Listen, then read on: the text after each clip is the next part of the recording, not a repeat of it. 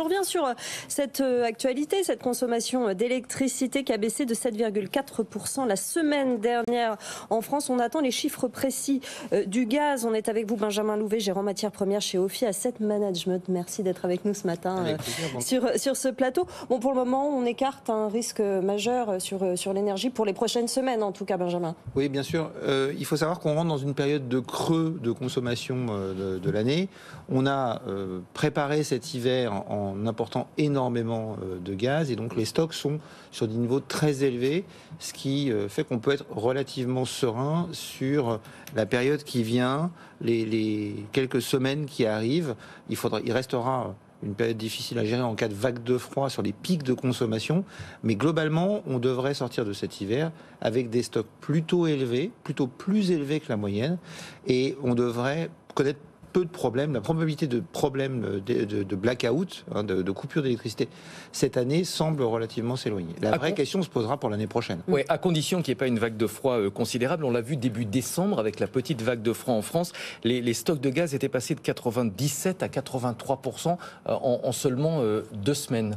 Oui, l'impact d'une vague de froid peut être important, mais encore une fois, vu les niveaux de gaz qu'on a, on devrait normalement finir l'hiver, si on avait un hiver normal, avec des niveaux de gaz à des niveaux records par rapport à ce qu'on connaît habituellement en sortie d'hiver. Donc on a quand même une marge de sécurité très confortable. Le problème, ça va être la question du restockage de gaz pour l'hiver suivant, parce que là, on a des importations de gaz qui ont beaucoup baissé, qui sont quasiment à zéro pour l'Europe en provenance de Russie.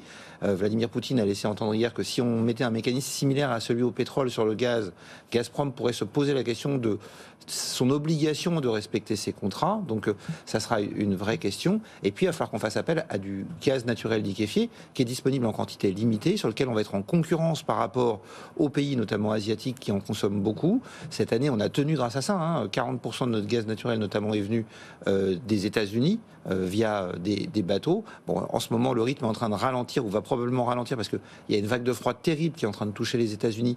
Ça bloque les vannes de gaz, donc ça ralentit la production de gaz, et puis ça ralentit aussi les exportations. Donc on est toujours dans une situation extrêmement sur le fil du rasoir. Et si pour cette année les choses semblent relativement prévisible et sous contrôle, pour l'année 2023-2024, pour l'hiver 2023-2024, la situation reste pleine et entière. Notamment la situation en Chine et la reprise progressive de l'activité. Oui, alors il faut savoir qu'on travaille sous contrainte. On a une quantité maximum d'énergie disponible, on a plus d'accès au gaz russe qui représentait 40% des approvisionnements en Europe, on a une quantité, je le disais, de gaz naturel liquéfié à disposition qui est limitée par les capacités de compresser ce gaz pour le transporter. Et ça, on va pas le développer en 1 an ou en 1 an et demi. Il faut minimum 3 ans, disait Patrick Pouyanné en début de cette crise. Donc il va falloir qu'on gère cette contrainte en termes de volume, et tout redémarrage économique, notamment de la Chine, s'il devait se confirmer, poserait une problématique en termes d'approvisionnement, parce qu'on aurait plus de demandes avec une offre qui reste sous contrainte. Oui. On en parlait il y a quelques minutes, la Russie va interdire les exportations de pétrole vers les pays qui appliquent un plafonnement tarifaire. Le décret a finalement été signé par Vladimir Poutine. Quelles peuvent être les conséquences? Est-ce que ça concerne de gros volumes sur le marché pétrolier? Alors oui, ça concerne de gros volumes. Sur l'Europe, assez peu finalement maintenant.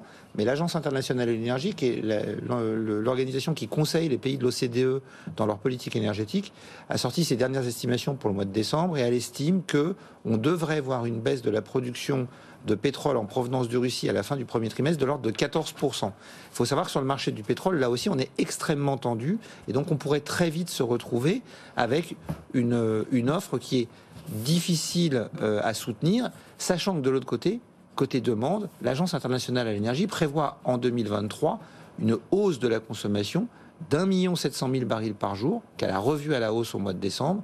Donc on a une hausse de la demande, une baisse potentielle de l'offre. On sait comment ça se termine. Le seul moyen d'ajustement à ce moment-là, c'est une hausse des prix pour, stimuler les producteurs pour qu'ils essayent de produire davantage, et 2, détruire de la demande. Le point positif là-dedans, parce qu'il faut quand même essayer d'en trouver un, outre les stocks qui sont à un bon niveau en ce milieu d'hiver, c'est quand même la diversification des sources, la recherche que cette crise a entraîné. Alors, il peut y avoir deux bonnes choses qui sortent de cette crise. La première, effectivement, c'est on s'est rendu compte de notre très forte dépendance à un seul pays, la Russie. Maintenant, on le disait, les potentiels de développement sont relativement limités parce que le gaz, soit vous le transportez par tuyau, soit vous le transportez par bateau. Donc notre capacité à réagir rapidement est difficile.